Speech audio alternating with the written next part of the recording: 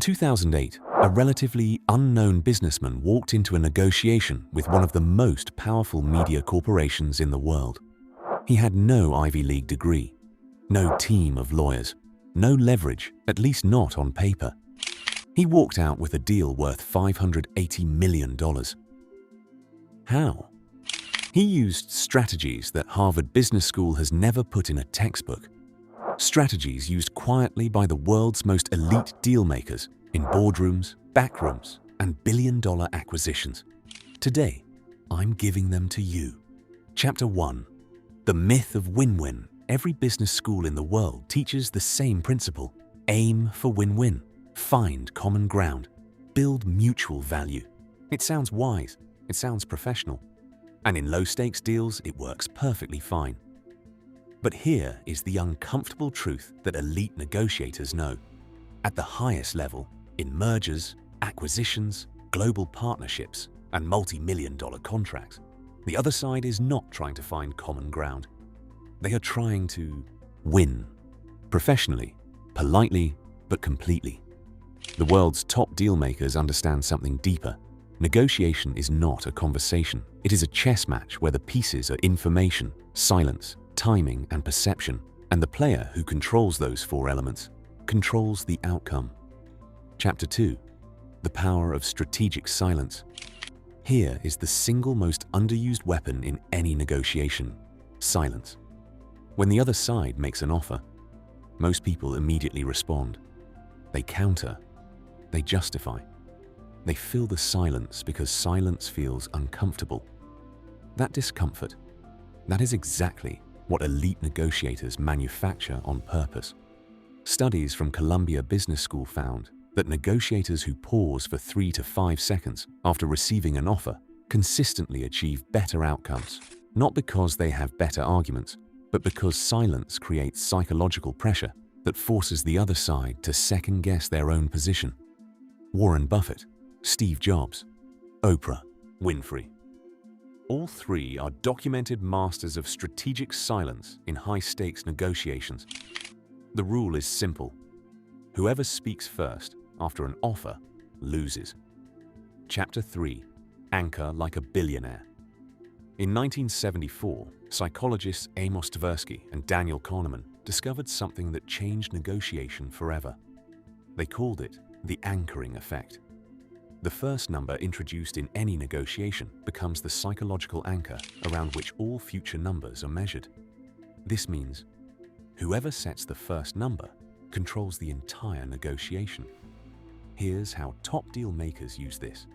They always anchor first, and they always anchor high, not randomly, but with precision. When Elon Musk initially offered $43 billion for Twitter, that number became the anchor. Every discussion, every counteroffer, every valuation after that was measured against $43 billion. He ultimately paid $44 billion, but he controlled the entire psychological framework of the deal from the first number. Elite negotiators never walk into a room without their anchor already prepared. Chapter 4. The information asymmetry advantage.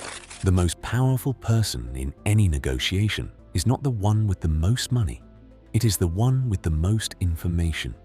Top deal makers spend 80% of their preparation time on one thing: understanding what the other side needs, not what they say they want. There is always a gap between what someone asks for and what they actually need. Find that gap, and you own the negotiation. The 3 questions elite negotiators answer before every deal. 1. What is their deadline? Pressure reveals flexibility. 2. What is their alternative if this deal fails?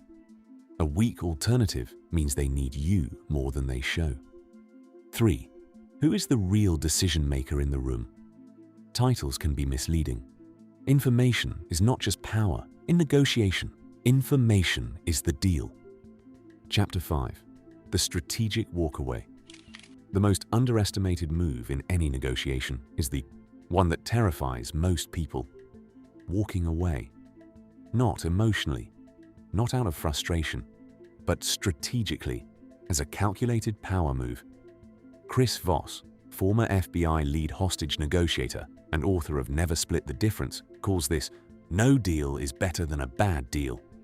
The moment the other side believes you need this deal, you have lost all your leverage. The most powerful position in any negotiation is genuine indifference to the outcome.